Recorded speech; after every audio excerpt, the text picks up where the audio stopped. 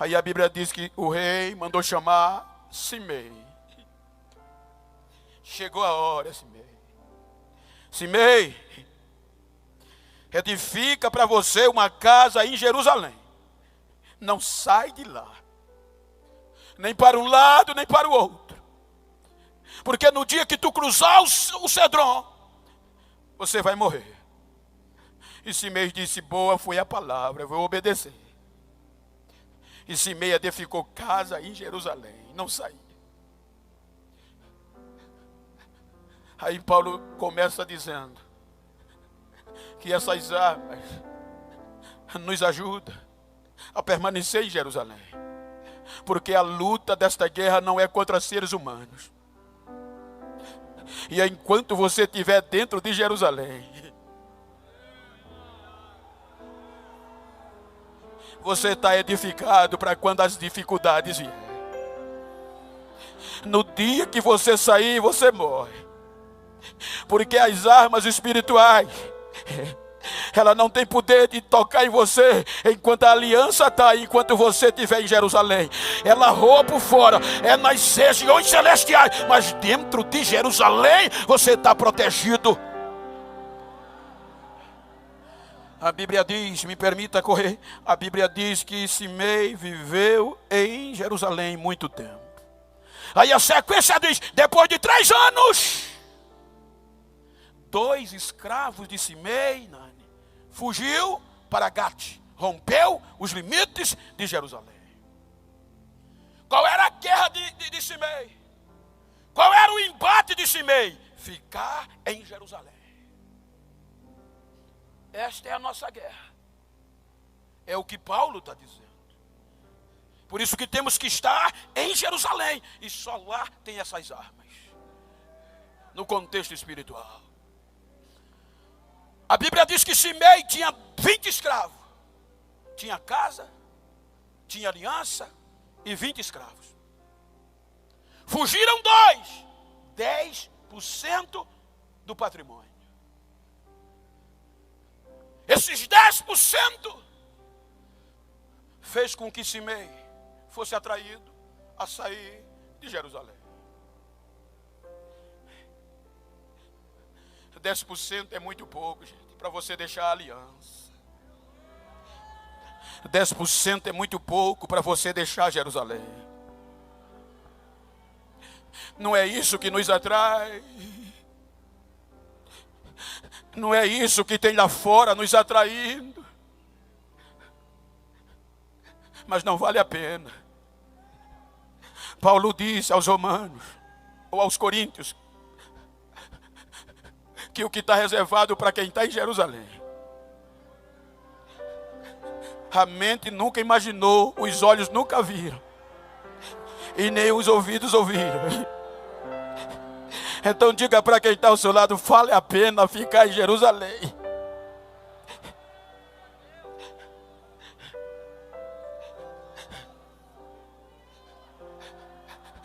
Não é isso que a gente é atraído lá para fora, não vale a pena.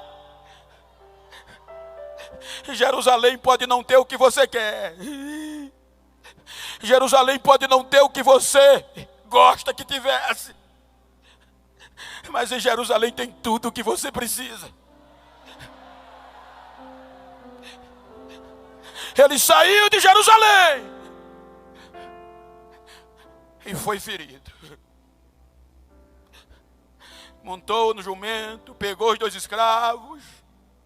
O rei não sabe, o rei não vê, ninguém viu, foi cedinho, pegou e voltou.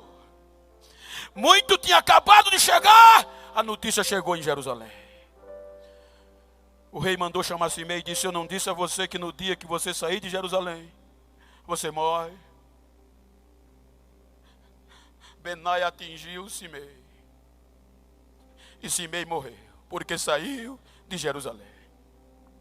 A lei matou Simei. Não teve quem o socorresse, porque saiu de Jerusalém. Quando a gente vai para o Novo Testamento, um dos maiores embates que Jesus sofreu foi por causa da lei. Não da lei, mas dos intérpretes da lei. Quando Paulo escreve a região da Galácia, Antioquia da Pisídia, Icônio, Listra e Derbe, no capítulo 3 ele faz menção, ele fala do contexto da lei, porque Jesus veio pregar o amor. E os líderes religiosos usavam a lei para matar a história e acabar com a história de saudade. Aí Paulo disse: maldito é todo aquele que persiste em não cumprir toda a lei. Aí ele vai dizendo no versículo 11: porque ninguém é justificado diante de Deus pela lei. Quando chega no capítulo 4 ele diz: mas vindo da plenitude dos tempos, Deus enviou seu filho nascido de mulher, nascido sob a lei, para resgatar todos que a lei matava.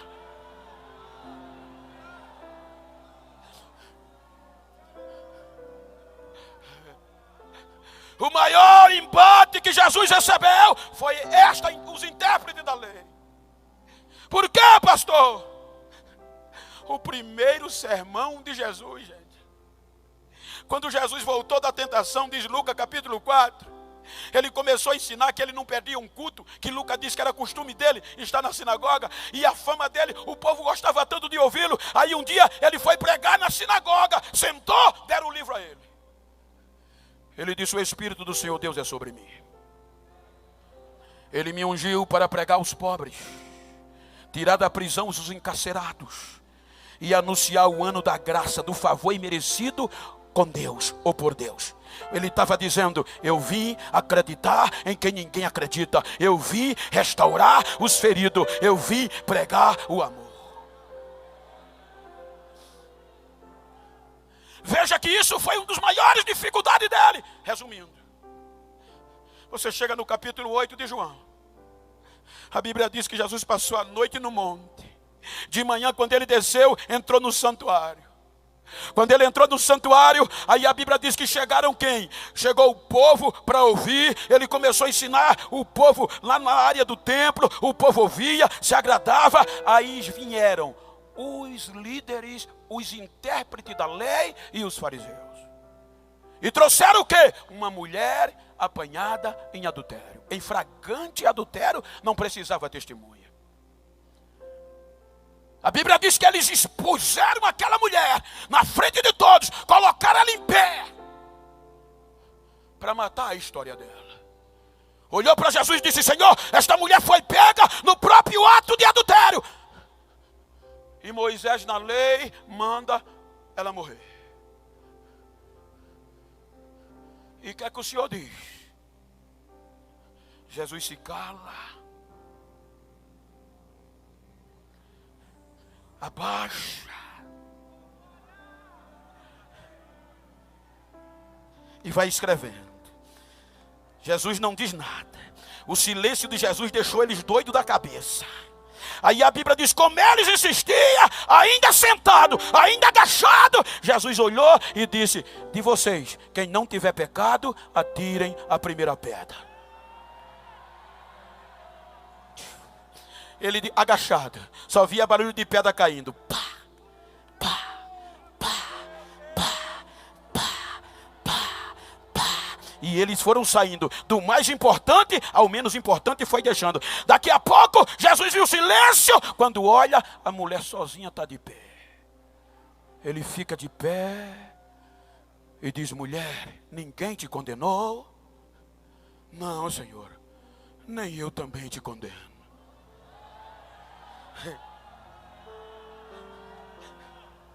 A lei ia matar, mas o amor disse: dá mais uma chance.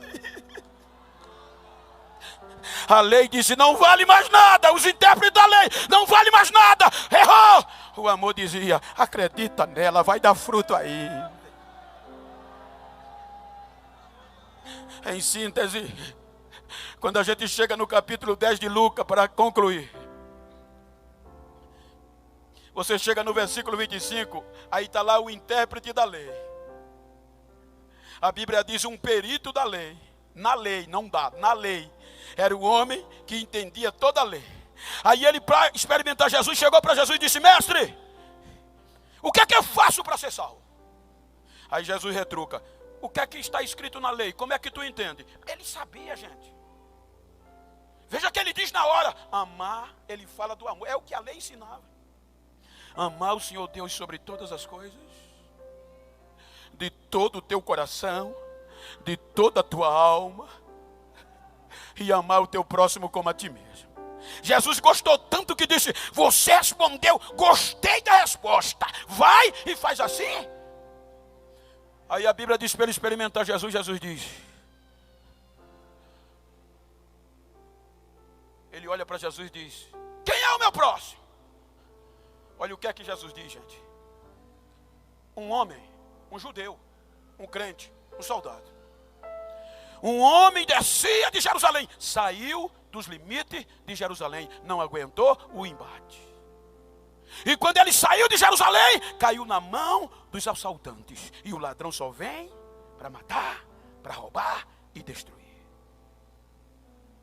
Jogaram ele no chão, como que ele já estivesse morto, ou meio morto, quer dizer, tem jeito mais não, o tempo vai acabar com ele.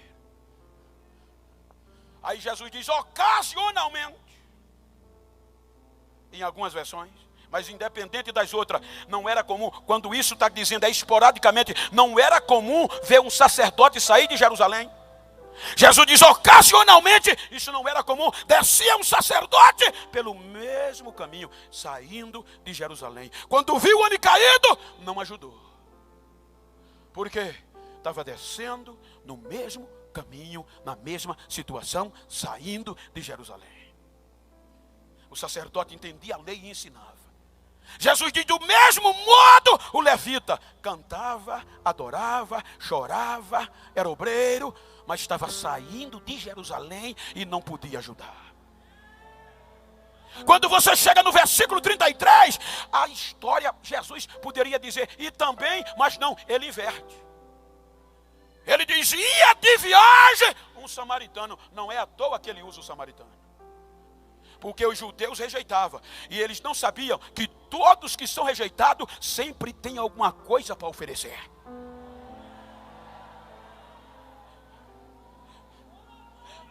Aí Jesus não diz que o samaritano ia descendo. Ele diz, e ia de viagem o samaritano. Isso implica dizer, ele vinha em sentido contrário. Ele ia subindo.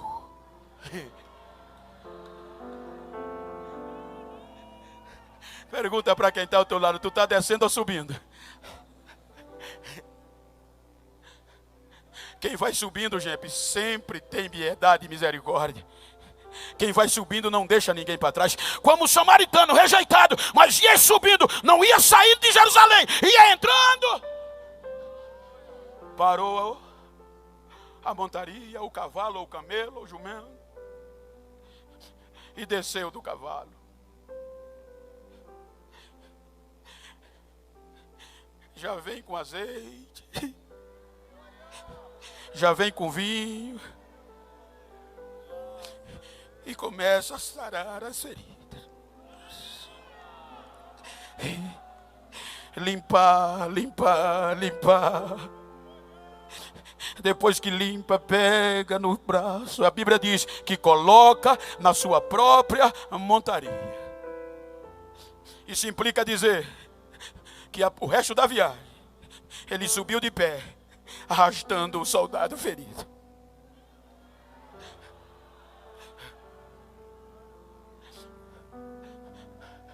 Ou seja, Simei tinha descendência, tem na história. Simei tinha título. Simei era parente de rei. Simei tinha escravo, saiu de Jerusalém e a lei o matou. Esse homem não tem nem nome. Esse homem não tem história. Esse homem não tem descendência. Ele saiu de Jerusalém, foi ferido, mas o amor trouxe ele de volta.